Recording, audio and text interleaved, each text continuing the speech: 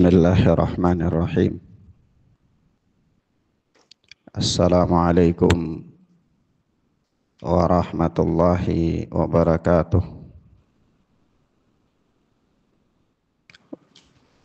Walhamdulillahi hamdan katsiran thayyiban mubarakan fih kama yuhibbu rabbuna wa yarda. Ashhadu an la ilaha illallah wahdahu la syarikalah wa ashhadu anna Muhammadan abduhu wa rasuluh sallallahu alaihi wa ala alihi wa ashabihi wa man tabi'ahum bi ihsanin ila yaumiddin. Amma ba'd. Ikhwan wa akhwat rahimani wa rahimakumullah, kita lanjutkan pelajaran kita dengan kitab Aqidah Salaf Ashabul Hadis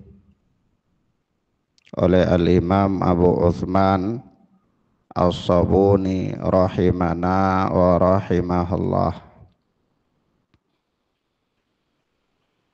Selanjutnya berkata Al-Imam As-Sabuni rahimana wa rahimahullah, qala Al-Hakim rahimahullah, sami'tu Abul Walid ghaira marrah yaqul. Al-Imam Al-Hakim berkata, aku pernah mendengar Abul Walid berkata bukan sekali, yakni beberapa kali dia berkata, huddithu aniz Za'farani anna Syafi'iyya rahimahullah rawa yawman hadithan faqala sa'il ya Aba Abdillah taqulu bih. Kata Abul Walid, suatu ketika huddithu aniz Za'farani, diceritakan kepadaku dari Az-Za'farani anna Syafi'iyya rahimahullah rawa yawman hadithan, bahwa pada suatu hari Al-Imam Asy-Syafi'i rahimahullah meriwayatkan satu hadis. Beliau meriwayatkan satu hadis. Faqala sa'il, maka salah seorang bertanya kepada beliau, yakni di antara orang yang mendengar hadis yang beliau riwayatkan itu. Dia berkata, ya Aba Abdillah taqulu bih, wahai Abu Abdillah, apakah engkau berpendapat dengannya? Yakni engkau berpendapat dengan hadis tersebut. Qal, maka Imam Asy-Syafi'i rahimahullah pun berkata, tarani fi, ini mau dibaca apa, bai'ah apa bi'ah? Nah, baik, ana baca dulu nanti ana terangkan. Qal tarani fi bi'atin aw kanisah tara alayya ziyyal kuffar huwa idza tarani fi masjidil muslimin alayya ziyyul muslimin mustaqbila qiblatihim arwi hadithan anin nabi sallallahu alaihi wasallam thumma la aqulu bih. Kata Imam Asy-Syafi'i, tarani fi bi'ah au kanisah, apakah engkau melihat aku sedang berada di bi'ah? Ini ada yang membacanya bai'ah, ada yang membacanya bi'ah. Walaupun yang membacanya bi'ah itu juga nanti ada keliru dalam mengartikannya. Bi'ah juga artinya jual beli, tapi bukan itu yang dimaksud di sini ya. Bi'ah yang dimaksudkan di sini adalah ma'bal Yahud, tempat ibadahnya orang-orang Yahudi. Nah begini ikhwan, jadi siapa punya itu yang terjemahan mana, coba saya lihat.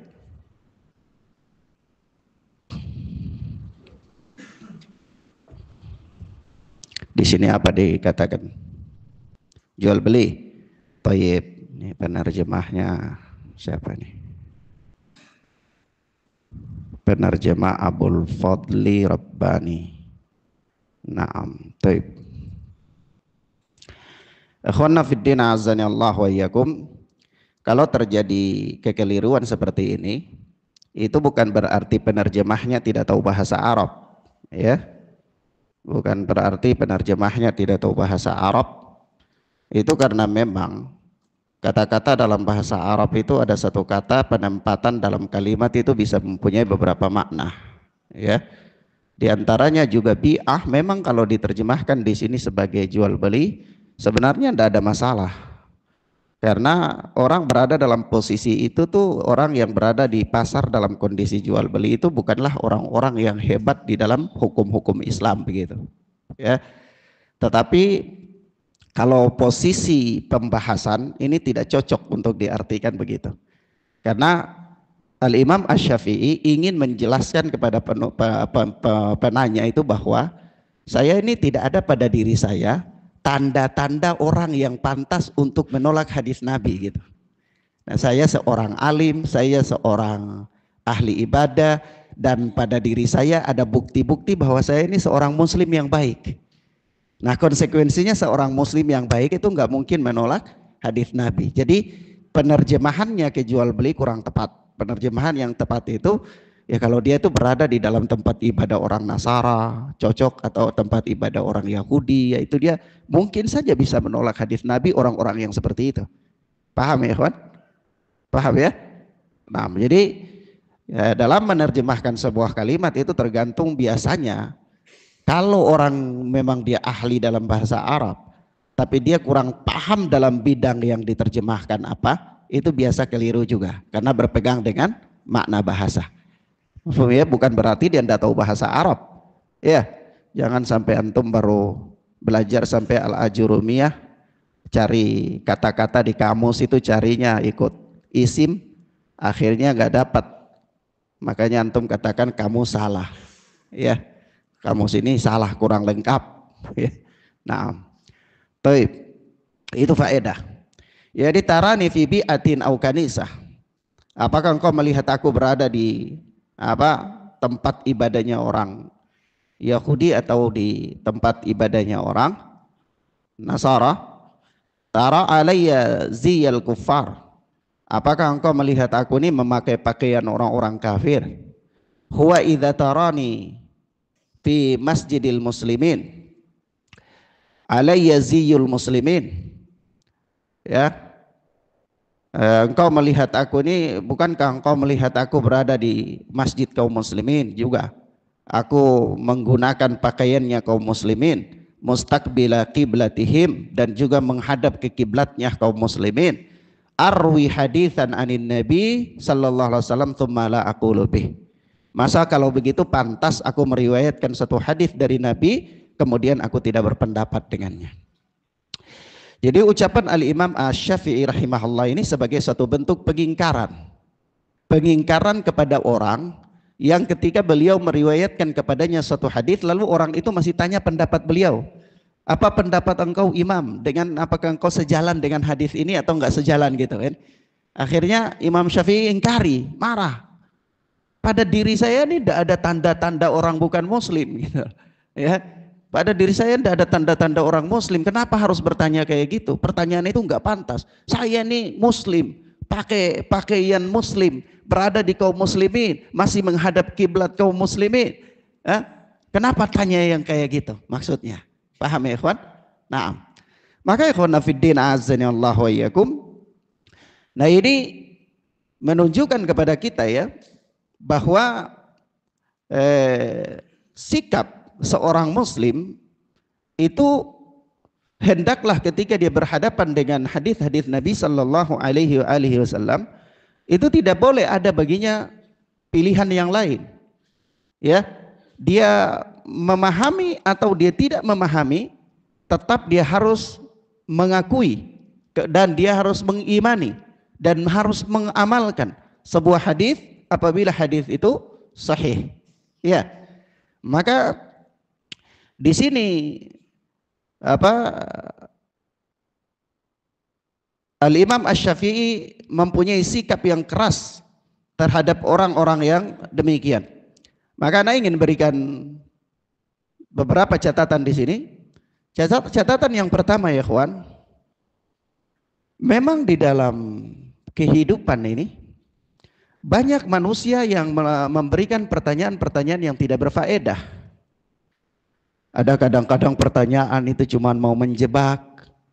Ada kadang-kadang pertanyaan yang kalau nggak ditanya pun nggak tahu, tidak berdosa, tahu pun tidak dapat pahala, tapi sibuk nanya. Ya, maka pertanyaan-pertanyaan yang kayak gini tidak berfaedah. Maka kaidahnya dikatakan oleh Syekh Rubi bin Hadi Al-Madkhali hafidhana wa hafidhallah, ketika menjelaskan perkara ini kata beliau begini, hadza su'alun sayyi' katsirun minal as'ilati sayyi'ah yajibu ayyatajannabahal muslim. Ya, ini adalah soal yang buruk, soal yang enggak bagus, pertanyaan yang jelek. Banyak sekali dari pertanyaan-pertanyaan yang jelek itu yang harus dihindari oleh seorang muslim. Harus dihindari oleh seorang muslim. Jadi kita ya kawan, di dalam bertanya itu kita harus paham pertanyaan saya ini berfaedah apa enggak, pertanyaan saya ini ada manfaat untuk saya apa enggak. Kalau pertanyaan hanya sekedar untuk mau menguji-nguji orang, pertanyaan sekedar untuk mau menjebak orang, atau pertanyaan sekedar untuk mau menunjukkan kebolehannya, kehebatannya di atas orang lain, ini tercela, buruk. Apalagi di dalam perkara-perkara akidah. Iya. Ini yang pertama. Yang kedua, merupakan sikap seorang muslim yang baik adalah ketika dia berhadapan dengan nas-nas yang sahih, baik diriwayatkan secara mutawatir atau diriwayatkan secara ahad, kalau sekiranya nas itu sahih, maka tidak boleh ada bagi dia peluang untuk meninggalkan nas tersebut lalu berpaling kepada pendapat manusia yang lain. Kembali kepada apa? Pendapat manusia yang lain. Nah, mafhum ya ikhwan? Taib. Memang atsar yang disebutkan oleh Al-Imam As-Sabuni ini di kitab akidah beliau ini masih diperbincangkan oleh para ulama tentang keabsahan sanadnya. Namun atsar ini mempunyai penguat sebagaimana dikeluarkan di dalam mukaddimah syarah mukaddimah Ibnu Salah Al-Iraqi, juga riwayatkan oleh Abu Nuaim di dalam Hilyatul Auliya, juga diriwayatkan oleh Al-Imam Ibnu Hazm. Ya, semua meriwayatkan ada satu peristiwa yang terjadi dengan Imam Syafi'i yang mirip dengan ini, yaitu bahwa diceritakan dari dua orang murid Al-Imam Asy-Syafi'i. Satu dari jalan Al-Imam Al-Humaidi, ahli fikih Makkah. Satu dari jalan Al-Imam Al-Muzani, orang yang menggantikan Imam Syafi'i dalam mengajar ketika Al-Imam Asy-Syafi'i wafat. Mereka meriwayatkan bahwa ya suatu ketika ada seseorang datang kepada Al-Imam Asy-Syafi'i rahimahullah. Kata mereka begini, kunna 'inda Syafi'i rahimana wa rahimahullah fa'atahu rajulun fasa'alahu an mas'alah. Suatu ketika kami pernah bersama berada di sisi Al-Imam Asy-Syafi'i, maka datanglah seseorang lalu bertanya kepada Al-Imam Asy-Syafi'i tentang satu masalah. Faqala qadha Rasulullah sallallahu alaihi wasallam kata wa kata. Maka Imam Asy-Syafi'i menjawab dengan menyebutkan hadis Nabi, mengatakan bahwa Rasulullah telah memutuskan perkara itu demikian begitu. Ya. Nah, lalu kata orang tersebut, Faqala rajulun li Syafi'i, maka orang itu kemudian berkata kepada Al-Imam Asy-Syafi'i rahimahullah, "Ma taqul? Apa pendapatmu?" Setelah orang itu bertanya kepada Al-Imam Asy-Syafi'i tentang satu permasalahan, Imam Asy-Syafi'i tidak menyebutkan pendapat beliau secara langsung, tapi beliau menyebutkan hadis Nabi sebagai jawaban. Paham ya, ikhwan? Beliau menyebutkan hadis Nabi sebagai jawaban, tapi sang penanya itu masih mengatakan lagi, "Ma taqul? Apa pendapat engkau di samping hadis tersebut?" Subhanallah. Ya, seolah-olah ingin menyetarakan pendapatnya Imam Syafi'i dengan hadis Nabi, atau seolah-olah ingin mengatakan ya, Imam Syafi'i ini barangkali punya pendapat yang lain selain daripada hadis Nabi sallallahu alaihi wasallam. Maka apa kata Imam Syafi'i? "Subhanaka, maha suci engkau ya Allah. Tarani fi kanisah. Apakah engkau melihat aku berada di dalam gereja? Tarani fi bi'ah. Apakah engkau melihat saya ini berada di dalam tempat ibadahnya orang Yahudi? Tara ala wasti zunnar. Apakah engkau melihat pada pinggangku ini ada ikat pinggang? Zunnar. Zunnar itu ikat pinggang atau sabuk yang biasa dipakai oleh non-muslim. Ya, terutama di negara-negara Islam. Waktu itu, zaman itu dipakai sebagai tanda untuk membedakan antara ini si fulan muslim, bukan muslim dengan orang-orang muslim yang ada, begitu. Nah, maka Al-Imam Asy-Syafi'i mengatakan, "Tara alayya wasati zunnar." Apakah engkau melihat pada pinggangku ini ada ikat pinggang, ada zunnar? Ya. "Aqulu laka qada Rasulullah sallallahu alaihi wasallam wa anta taqulu li ma taqulu anta." Ya, aku mengatakan kepada engkau bahwa Rasulullah bersabda demikian, Rasulullah memutuskan perkara itu demikian, tapi masih saja engkau tanya kepadaku apa pendapat aku, ya, apa pendapatmu? Nah, ini bentuk pengingkaran Al-Imam Asy-Syafi'i rahimana wa rahimahullah. Baik. Yang berikut, catatan yang berikut yang ingin Anda sampaikan di sini adalah bahwa sudah selayaknya bagi seorang muslim yang baik agamanya untuk dia menempelkan pada dirinya syiar-syiar seorang muslim. Syiar-syiar seorang muslim. Dia berpenampilan dengan penampilan orang-orang muslim. Jangan berpenampilan dengan penampilan-penampilan non-muslim. Karena itu adalah qarinah untuk menunjukkan kondisi dirinya, baiknya agama dia atau tidak. Sehingga ketika Al-Imam Asy-Syafi'i mengingkari seseorang, ya, Imam Syafi'i menunjukkan qarinah-qarinah. Maksudnya, endakkah engkau lihat pada diri saya ini ada qarinah, ada tanda-tanda orang muslim, ada tanda-tanda orang kafir gitu. Jadi sudah sepantasnya bagi seorang muslim itu dia bangga dan dia berpenampilan dengan ciri-ciri orang muslim. Ciri-ciri orang muslim, ya, punya jenggot, pakai peci, ya, pakai pakaian yang syar'i. Ciri-ciri seorang muslim. Dan jangan dia bertasyabuh kepada penampilan non-muslim. Jangan bertasyabuh kepada penampilan non-muslim. Maka Syekhul Islam Ibnu Taimiyah rahimahullah di dalam kitab beliau itu apa namanya? Saya lupa nama kitabnya. Itu beliau pernah membuat satu bab khusus tentang permasalahan tasyabbuh, menyerupai orang kafir. Lupa nama kitabnya. Masya Allah, labas. Taib. Nah, itu beliau menyebutkan sampai tentang potong rambut. Cara potong rambut pun tidak boleh menyerupai cara potong rambut orang non-muslim. Apabila itu merupakan kekhususan mereka. Apabila itu merupakan apa? Kekhususan mereka. Taib. Ini faedah penting ya. Faedah penting. Nah, karena seseorang itu dikenal dari ciri-cirinya. Seorang dikenal dari ciri-cirinya. Seorang muslim dikenal dari ciri-cirinya sebagai seorang muslim. Apa ciri-ciri seorang muslim? Kalau berjalan tidak boleh pakai sendal sebelah karena Nabi larang. Pakai sendalnya harus dua. Ya, misalnya satu putus atau satu jauh, pakai satu dulu, jalan baru cari satu, tidak boleh. Ya, kemudian rambutnya nggak boleh qaza. Ya, dengan cara memotong sebagian sampai tipis dan sebagian yang lain ditinggalkan. Ya, kemudian apalagi cirinya yang lain? Ciri yang ada harus pada seorang muslim. Tidak boleh ada ciri pada diri seorang non muslim itu ada pada orang muslim. Nah, Mafhum ya ikhwan? Taib. Kemudian selanjutnya berkata Al-Imam As-Sabuni rahimana wa rahimahullah,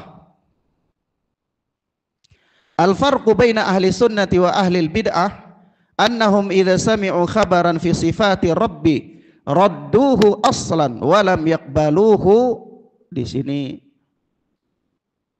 ad-dhahir ya, ini apa namanya?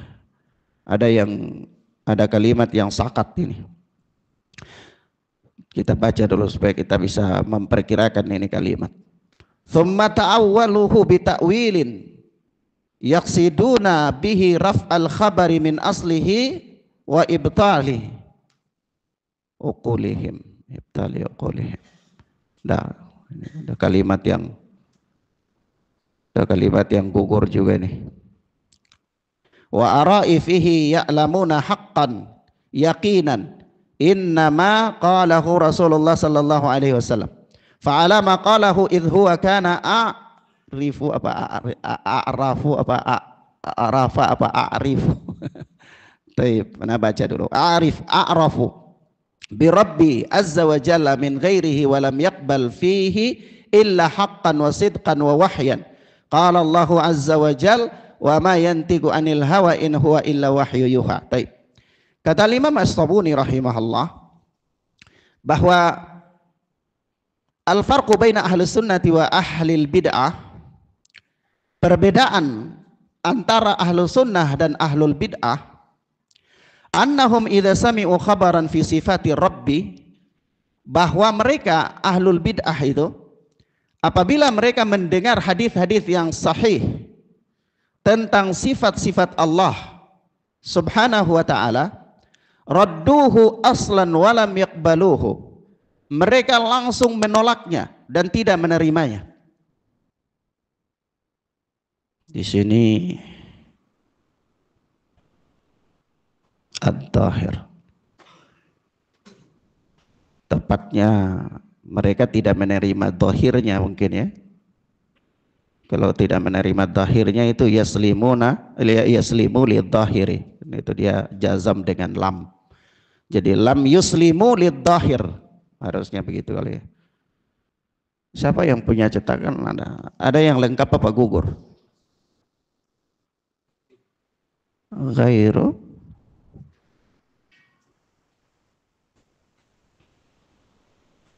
mana ya Pak Us? Tidak ada juga apa di footnote-nya? Oh, tidak jelas maksudnya. Si pentahqiq ini berikan keterangan di catatan kaki ini tidak jelas apa kalimat di sini, gitu.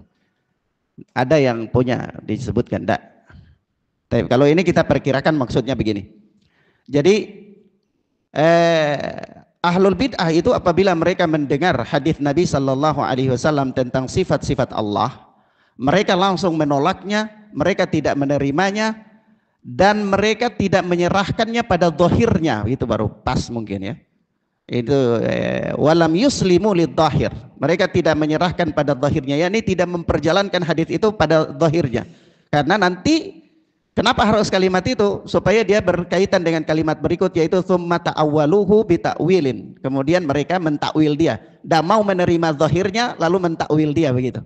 Paham ya? Naam.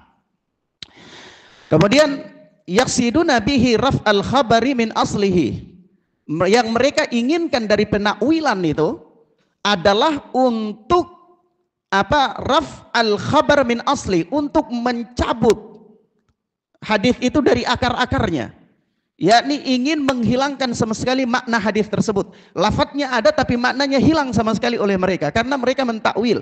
Misalnya kalau tangan, contoh, kalau tangan ditakwilkan kepada kekuasaan, akhirnya lafaz tangan boleh ada tapi maknanya tidak ada sama sekali, begitu. Paham ya ikhwan? Itu yang dimaksud oleh Al-Imam As-Sabuni rahimahullah. Kemudian di sini juga gugur, di situ juga tidak ada ya. Baik, kita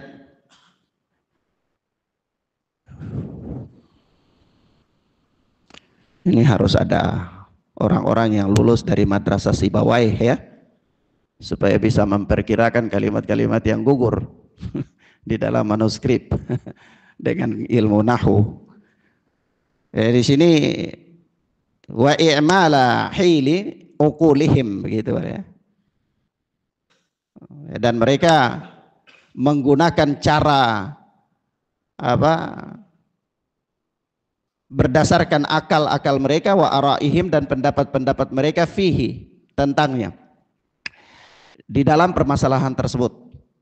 Wa ya'lamuna haqqan wa yaqinan, padahal mereka itu mengetahui dengan benar dan yakin, anna maqalahu Rasulullah sallallahu alaihi wasallam fa'ala maqalahu.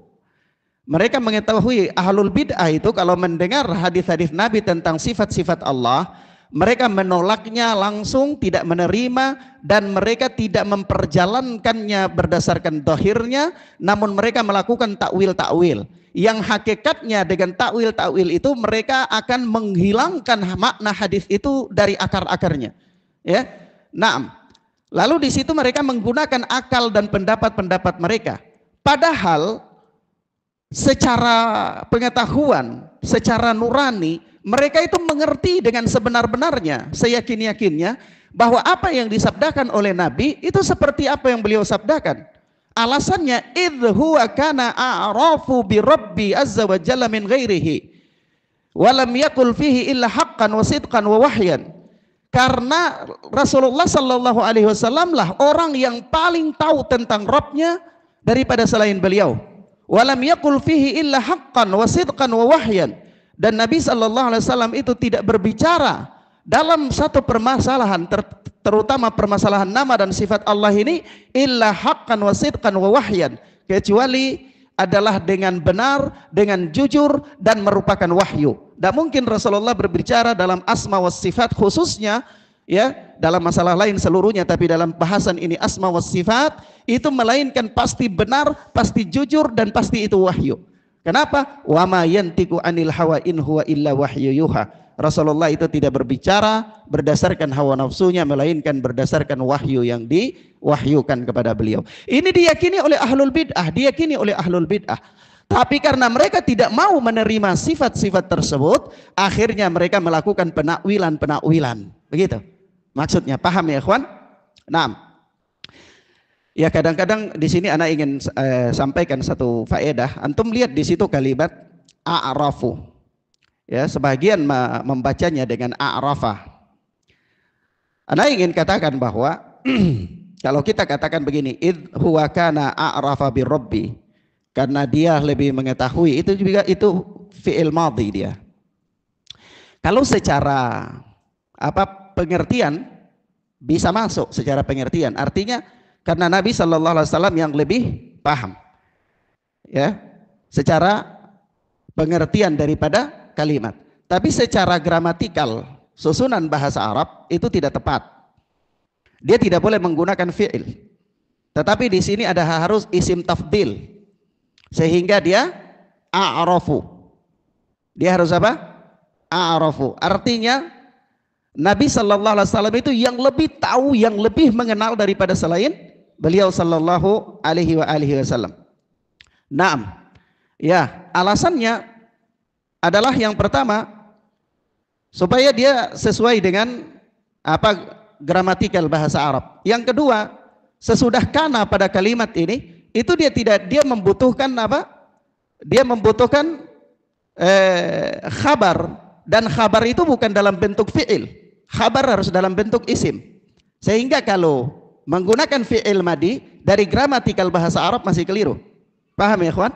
Karena dia jatuh setelah kana di sini yang membutuhkan khabar dalam bentuk isim, ternyata ini kita baca pakai fi'il, keliru. Harusnya isim. Isim berarti apa? A'rafu, harus menggunakan isim tafdil. Paham ya, ikhwan? Di dalam bahasa Arab ada perkara-perkara tertentu yang keluar dari kaidah-kaidah umum. Ini Anda jelaskan sedikit bagi antum supaya jangan sampai antum kira ustadz-ustadz salafi itu tidak tahu nahwu, ya. Cuma mereka malas menerangkan nahwu aja, tapi sebenarnya mereka paham nahwu. Begini, ada dalam kaidah-kaidah tertentu itu dalam hal-hal tertentu, bahasan tertentu itu keluar dari kaidah umum. Misal kalau antum baru belajar di jurumiyah atau mutammimah, itu nanti ada kalimat begini, al mar'atu adilatun. Kalau misalnya adilun, salah apa benar? Kalau adilun benar apa salah? Salah, karena dia harus ada kecocokan ya, dari jenis al mar'ah muannats, adilatun juga harus muannats. Tapi kalau antum belajar di Mughni Labib Ibnu Hisham atau di Alfiyah Ibnu Malik, ini boleh dalam kondisi tertentu itu dia adilun ini datang dalam isim mudzakkar walaupun khabarnya itu muannats. Sehingga kalau ada orang dia katakan begini, al mar'atu adilun atau ar-rajulani adilun, bukan adilani, juga sah, benar. Juga apa? Benar. Kenapa? Antum lihat pembahasannya di dalam Alfiyah di bab na'at, antum lihat juga di dalam Mughni Labib Ibnu Hisham menjelaskan perkara ini.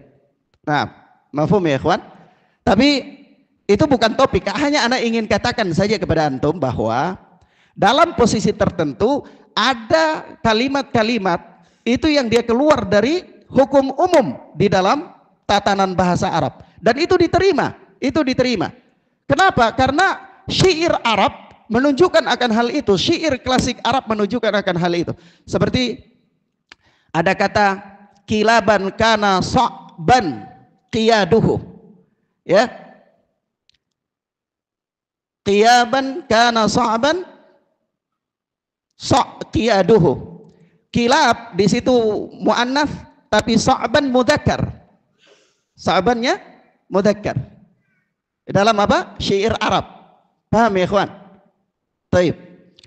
Jadi kalau antum dengar orang ada baca sesuatu, ada ngomong sesuatu yang keluar dari pengetahuan antum yang masih sedikit tentang bahasa Arab, jangan katakan dia nggak tahu bahasa Arab. Ya? Jangan katakan dia nggak tahu bahasa Arab. Sebab penempatan bacaan pun bisa berbeda. Iya. Sesuai dengan maksud dari siak kalimat, begitu. Paham ya ikhwan?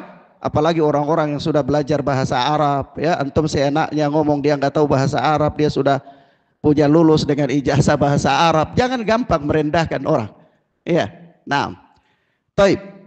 Kemudian akhwana fiddin azzani Allah wa iyyakum, di sini di dalam ucapan daripada Al-Imam As-Sabuni rahimahullah ini ada beberapa perkara penting.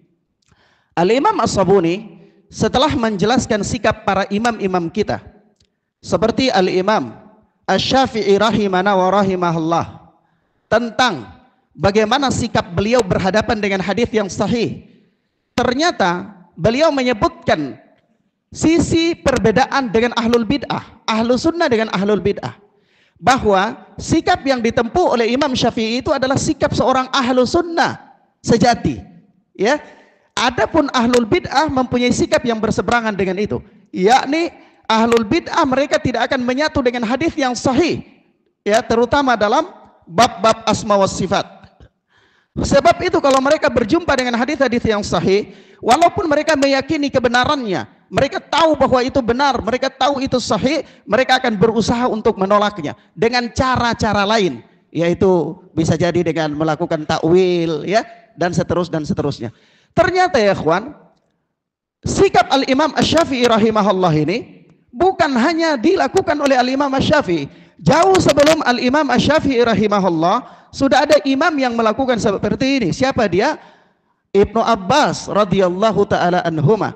Ketika Ibnu Abbas menjelaskan tentang haji bagi orang-orang yang berada di luar kota Makkah dan Madinah atau orang yang tidak menggiring hewan kurban dari kampungnya, itu yang haji yang afdal bagi dia adalah haji tamattu. Tapi murid-murid Ibnu Abbas mengatakan begini, Umar bin Khattab dan Abu Bakar As-Siddiq mengatakan haji ini yang afdal, ya, bukan haji tamattu. Maka apa kata Ibnu Abbas radhiyallahu taala anhum?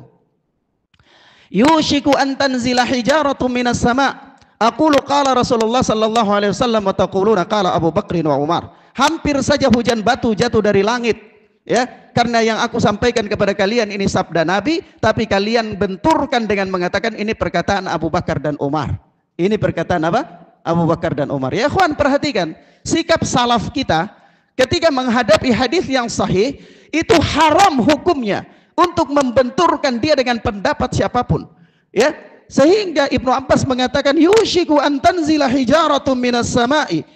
Aqulu qala Rasulullah sallallahu alaihi wasallam wa taquluna qala Abu Bakr wa Umar. Hampir saja terjadi hujan batu dari langit sebagai adab kepada kalian, sebagai musibah kepada kalian. Karena aku katakan ini sabda Nabi, tapi kalian membenturkannya dengan perkataan Abu Bakar dan Umar. Perhatikan ya ikhwan, ucapan manusia sekaliber Abu Bakar dan Umar saja tidak boleh dibenturkan dengan sabda Nabi, apalagi ucapan orang-orang yang kredibilitas keilmuan mereka berada jauh di bawah Abu Bakar dan Umar radhiyallahu taala anhuma. Nah, mafhum ya ikhwan? Nah, inilah sikap ahlu sunnah dengan sikap ahlul bid'ah. Taib. Sampai di sini mafhum ya ikhwan? Taib. Ila huna ya ikhwan naktafi bihadzal dars, kita cukupkan pelajaran kita sampai di sini insyaallah. Mudah-mudahan bermanfaat bagi kita. Wassallallahu ala nabiyina Muhammad wa ala alihi washabbihi wasallam. Subhanakallahumma wa bihamdika asyhadu an la ilaha illa anta astaghfiruka wa atubu ilaik. Wassalamualaikum warahmatullahi wabarakatuh.